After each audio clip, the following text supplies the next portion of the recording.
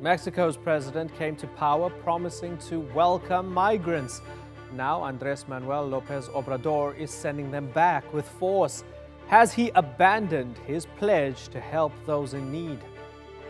I'm Imran Garta, and today's newsmaker is Mexico's crackdown on migrants.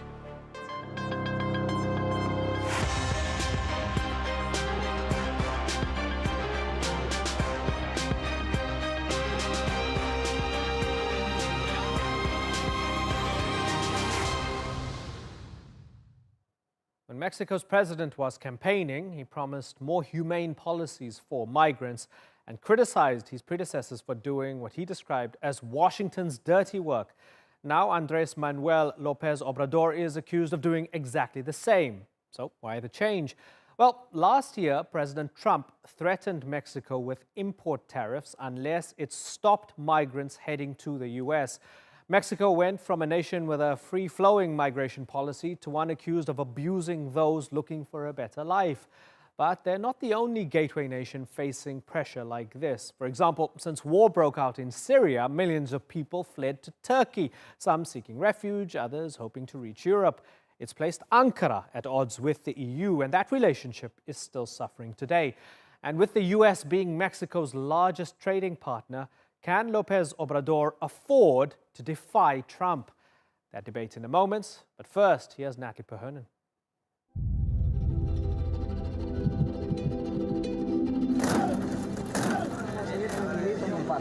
A human wall near the border. This isn't Donald Trump's southern wall. This is Mexican soil. But its purpose is the same: to stop Central American asylum seekers and migrants from entering the U.S. These people, predominantly from Honduras, were heading north in January as part of what's known as a migrant caravan. In previous years, US-bound groups were allowed through and often given aid along the way. Not anymore. This show of force is the most direct example of the government's shift in migration policy. Afortunadamente no hemos tenido lesionados, se les ha dado refugios, se les ha dado atención médica.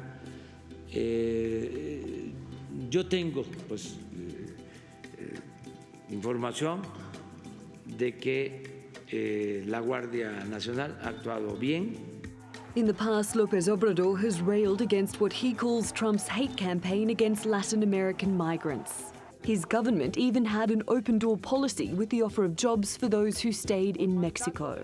That's why the images of Mexican forces pushing migrants back and in some cases using what's been described as heavy-handed tactics have shocked rights groups. Authorities say they've deported more than 2,000 Hondurans who were part of the January caravan, which has led to accusations that Mexico has become America's immigration enforcer. It wasn't always like this. In May 2019, the Trump administration threatened escalating tariffs on Mexican exports if the government didn't stop the flow of migrants. A deal was agreed, but the threat remains. You saw that the announcement was that the president would indefinitely suspend the tariffs. That means if it's the case that we're not making sufficient progress, that there's risk that those tariffs will go back in place. Lopez Obrador's government has made it clear its priority is maintaining a strong trade partnership with the US. So it needs to keep those tariffs off the table. But at what cost? To be honest, we didn't expect the Mexican government to react this way because we are human beings. We are not animals. We are bringing children with us, but it didn't matter. As long as human caravans continue to head north, the Mexican government will continue to find itself tied to the role of America's border agent. Natalie Perhonen, The Newsmakers. Well, joining me now from Mexico City is Mexico's former Foreign Minister, Jorge Castaneda. Good to have you on the program. Sir, is this policy a humane one? No, it's a terribly inhumane one. It's one that is being done only because of American pressure, which Lopez Obrador decided not to attempt to either resist or to contest. Basically, Mexico is doing the United States dirty work by building its own wall. Unfortunately, President Trump has been proved right. there is a wall, and Mexico's paying for it. And by the way, it's a cheaper wall than to build one, because these poor folks from the National Guard or soldiers are paid a pittance in order to push back people who are, in many ways, exactly like them, except from another country. Are you partial to the political argument that Trump is just that powerful, that reckless, and can do that much damage to Mexico, that Lopez Obrador has really no choice? He's boxed in. He has to do this. Well, I think that there is a certain amount of truth to that argument, in that you could not stop not becoming the United States immigration enforcer without some kind of either conflict or disagreement with the United States. Imposing tariffs on another country is not something you do easily. To begin with, there is a free trade agreement in place, NAFTA, between the United States and Mexico.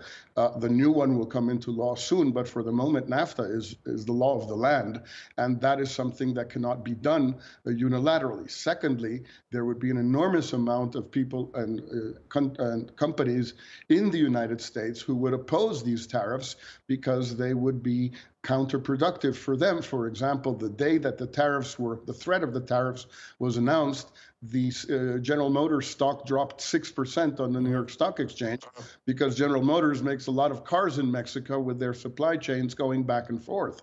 So this is not something that you just do. Trump says, I want tariffs, and all of a sudden there are tariffs.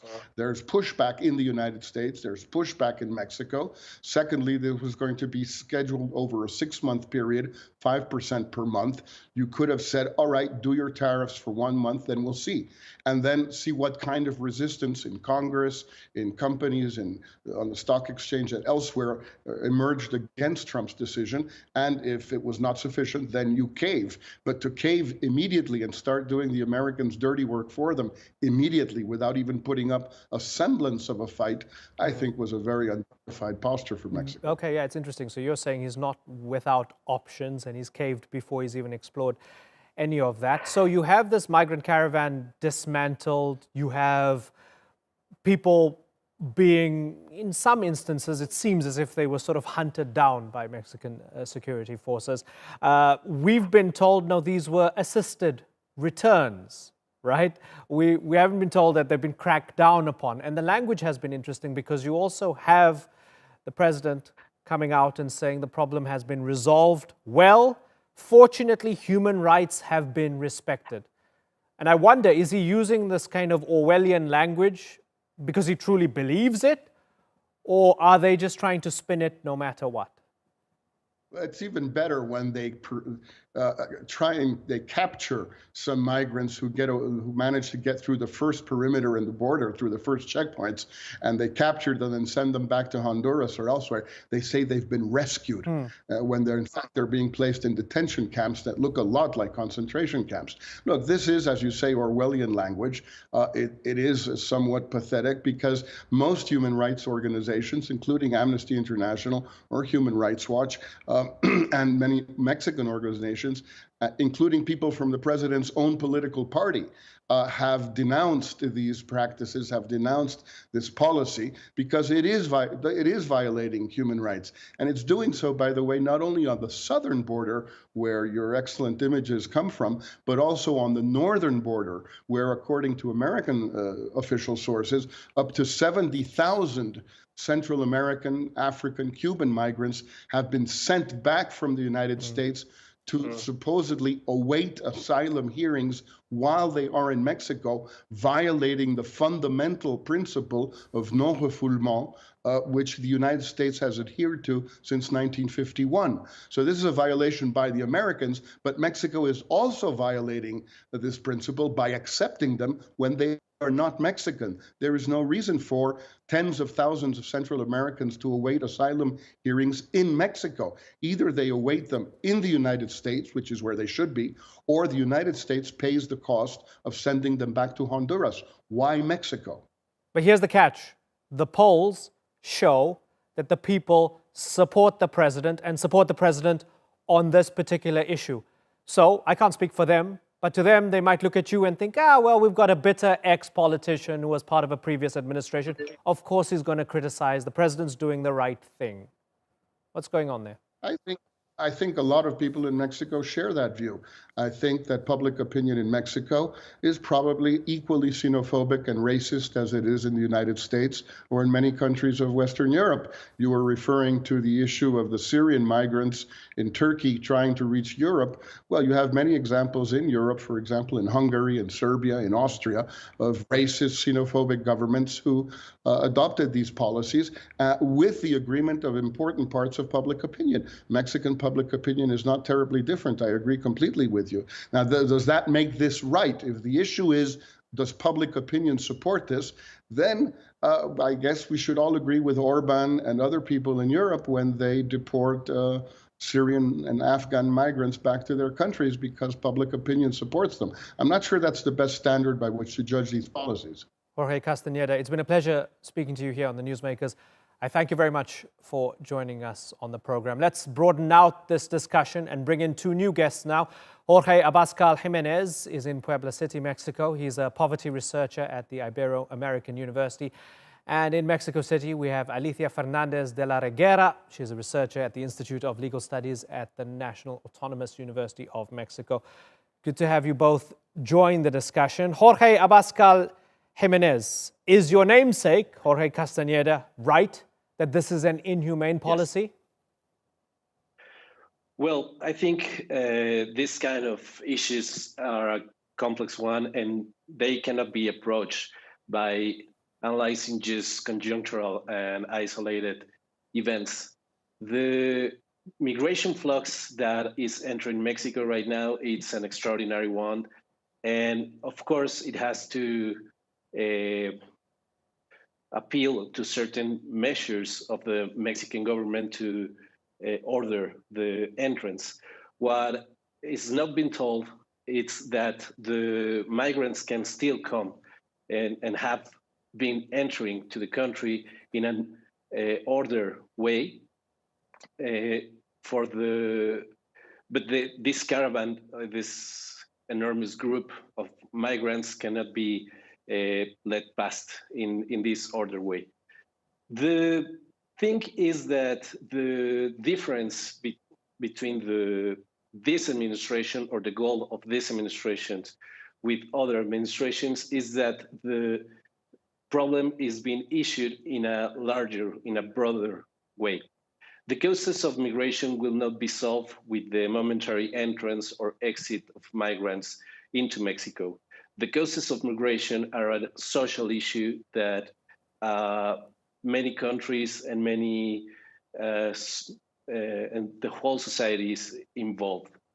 Most of them are the unemployment, the poverty, right? That it's a common issue between our countries. Okay, so we got the gist of what you're saying. You're saying there needs to be a holistic look at this. And let me build on that and ask you, Alethia, are we not giving credit where it's due? Are we merely only finding the negative side of the coin? Because on the other side of the coin, you also have the Mexican government giving people the option of employment, promising work opportunities in Mexico, giving them these year-long humanitarian visas. Is it complicated? Are they under pressure from the US? Yes, but are they also doing a bit of good within this policy? Well, the Mexican government has a very complex... Jorge, this is for Alethia. Go ahead, Alethia. Yeah, no, I was saying that the Mexican government has a very complex and contradictory relationship with the US, especially in immigration issues, and certainly is acting like a gatekeeper, just as Jorge Castaneda said. Unfortunately, the solutions that you are talking about, the solutions that were explained by the Mexican president 2 weeks ago, that he said we're getting 4,000 employment in the southern border of Mexico, is something that is only temporal and is something that is not really approaching what the problem is about.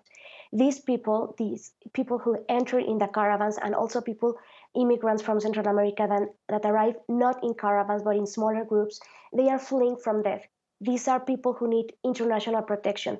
And even though Mexico has the mechanisms to offer different types of protection, because we do have an asylum law and we do have an immigration law with supposedly a human rights approach, the solutions are only temporal and are solutions as if this was a migration due to economic causes. So I don't believe these are only even like partial solutions. And I can tell you, I have been conducting field work for the last 3 years and a half in both borders, in Tapachula, which is like the border with Guatemala, and in Tijuana. And I can tell you that these efforts that the government announced are not really taking place. People are living in very harsh conditions, even people who already started their refugee request proceeding. The government has no capacity to really comply with these commitments that they say they are doing. Right. Okay. So, Jorge, we're hearing it from Alethia. She's saying that she was there on the border. People are living in rough conditions. They're existing in rough conditions. We've also got UNICEF saying thousands of migrants and asylum seekers are stuck. They're in terrible conditions. For example, Matamoros and other border cities are places where it's not good. And also what the government says it's doing, there's evidence on the ground that it's not. Do you accept that this is something that's unsustainable and this is something that needs to be fixed? Well, it's kind of the main issue. The larger abroad is to start to solve the issue in a long-term way. Of course, the immediate solutions are not enough. That's why Mexico cannot be the third safe country, because we don't have the same infrastructure and the same capacity to protect all this wave of migrants that other countries that they are looking Jorge, forward sorry to interrupt you, right? Let me just throw something in here, a qualifier, right? So, okay, Mexico is not the United States, but it is clearly much better than Honduras or El Salvador or Guatemala, for example. People's lives are more likely to be safer if they make it to Mexico, especially if they're fleeing from Honduras. With that in mind, doesn't Mexico have a responsibility to at least accommodate these people or listen to their asylum requests rather than hunt them down and just send them back? Absolutely. The migrant policy in Mexico is to let the migrants in, but not in a large ways, because they cannot, the programs that they're trying to build will collapse. The long-term policies that Mexico is sustaining right now is to increase the income of all the people that lives in the borders by increasing the minimum wage, and also these programs that will give job to Central Americans and migrants.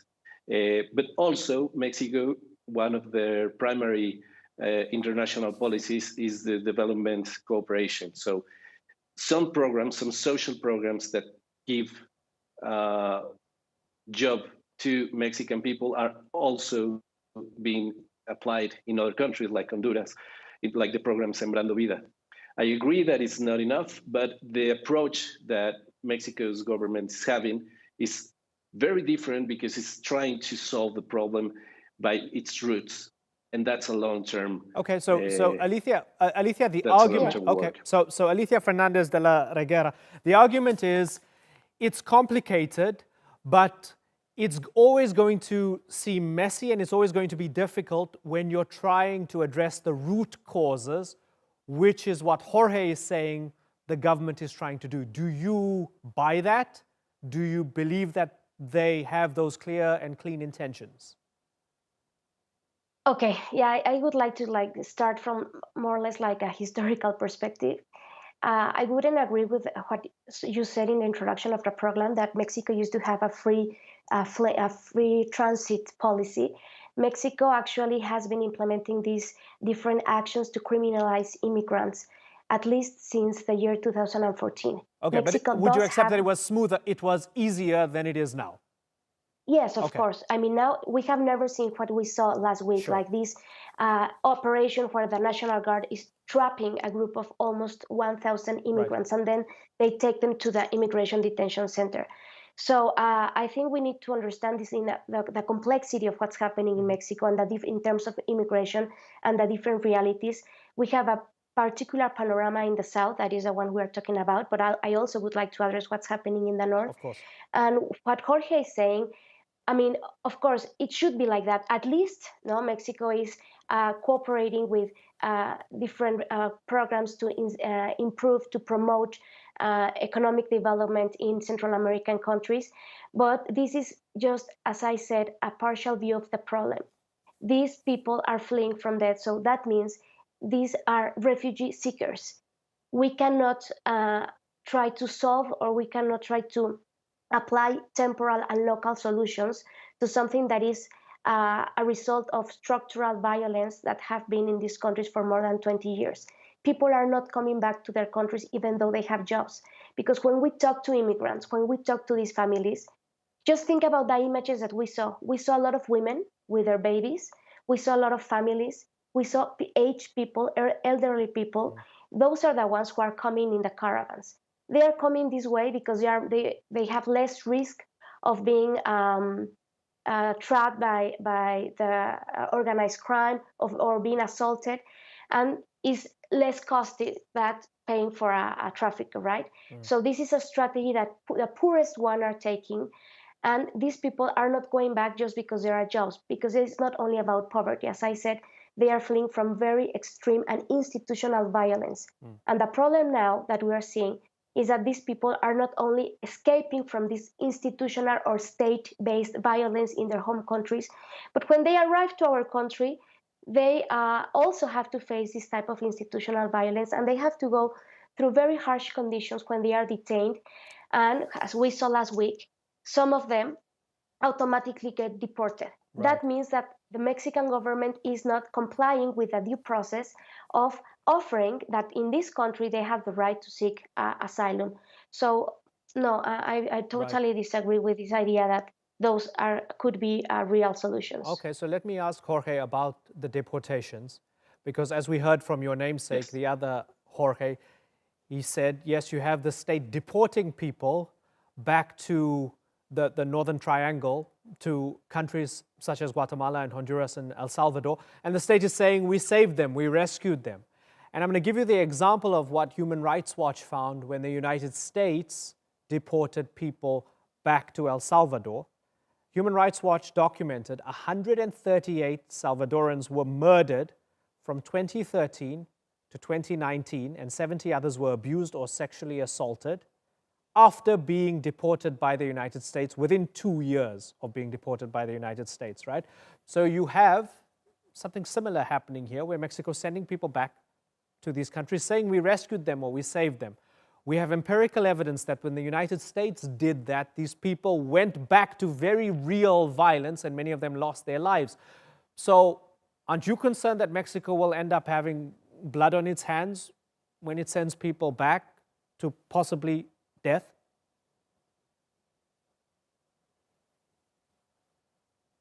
Jorge? The connection is breaking down a little. Jorge, aren't you concerned that when you send people back, they'll be killed or raped or abused? Okay.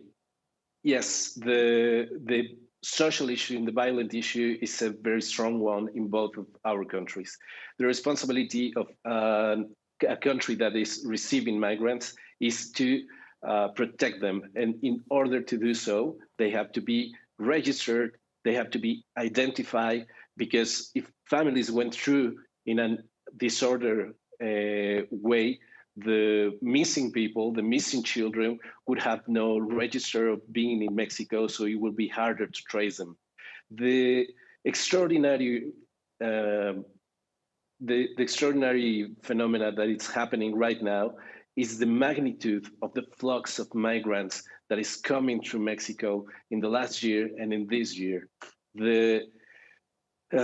The capacity of Mexican government to receive those migrants in such waves are not possible for the Mexican institutions to protect them through their past or to bring them so because we're running out of time, and I'm sorry to interrupt you. Alethia, the Mexican government doesn't have the capacity, and there's a minute left on the program. I'm sorry, you're going to have to answer in about 30 seconds. It doesn't have the capacity, that's why it has to send people back to countries such as El Salvador, even if they are met with violence back home. It's not about capacity. Mexico does have the capacity, if there would be political will, to give these people the opportunity of having international protection in our country.